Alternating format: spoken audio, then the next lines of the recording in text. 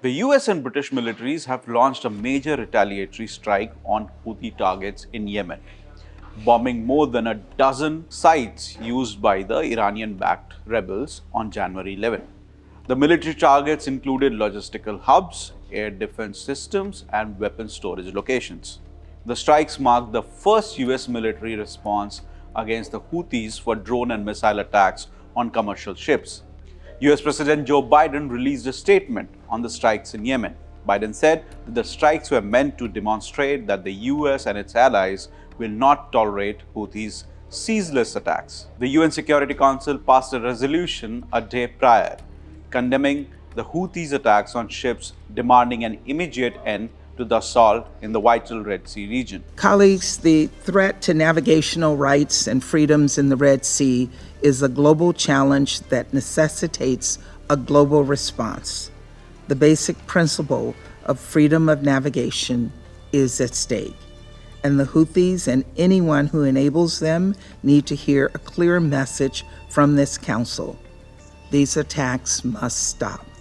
Let us fulfill our responsibility as council members to deter these threats by unanimously adopting this timely resolution. To help you understand the recent events, let's delve into the Houthis' background and involvement in the conflict. The Houthis are a group that originated in northern Yemen.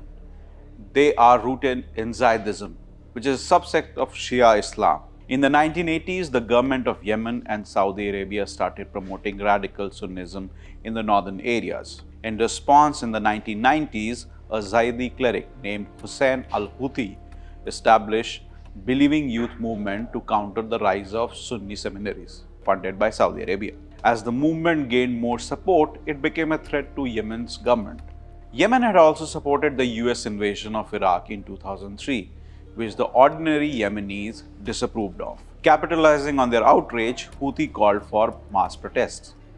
He referred to Iran's Islamic Revolution and Lebanon's Hezbollah as the model of resistance. As rebellion in the north grew, the government responded with a severe crackdown. In 2004, Hussein al-Houthi was killed by government forces. The new Houthi leaders started their first war against the Yemeni government.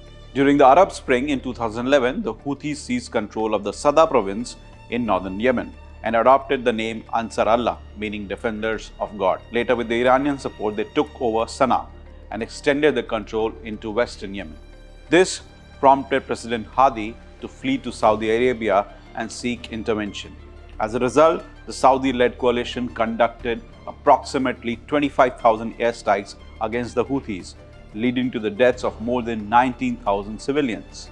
The UN declared it the world's worst humanitarian crisis. By March 2022, the fighting went into a stalemate, and Saudi Arabia and Houthis agreed to a ceasefire. So despite relative calm since ceasefire, recent attacks on shipping in the Red Sea area have reignited tensions. And Iran's involvement has transformed Houthis from a ragtag group to a fighting army with advanced weapons, including anti-tank ballistic and cruise missiles. They are also part of Axis of Resistance, an informal loose-knit alliance that included both Sunni and Shia Muslim groups and governments in Yemen, Syria, Lebanon, Gaza, and Iraq, with differences and varying levels of proximity to one another and to Tehran.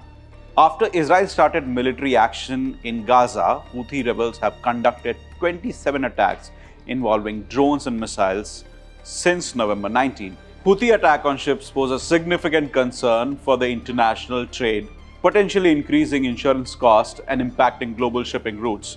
From the Suez Canal to the Bab el-Mandeb Strait, the Red Sea is a vital shipping lane for international commerce, facilitating about 12% of the world's trade. Houthis have also issued warning that any American attack on their sites in Yemen would trigger a fierce military response. So as tension escalates in the Red Sea region and global powers respond to the Houthi threats, the situation remains fluid and complex, impacting international trade and the humanitarian crisis and geopolitical dynamics. We'll continue to monitor the situation and provide updates as necessary.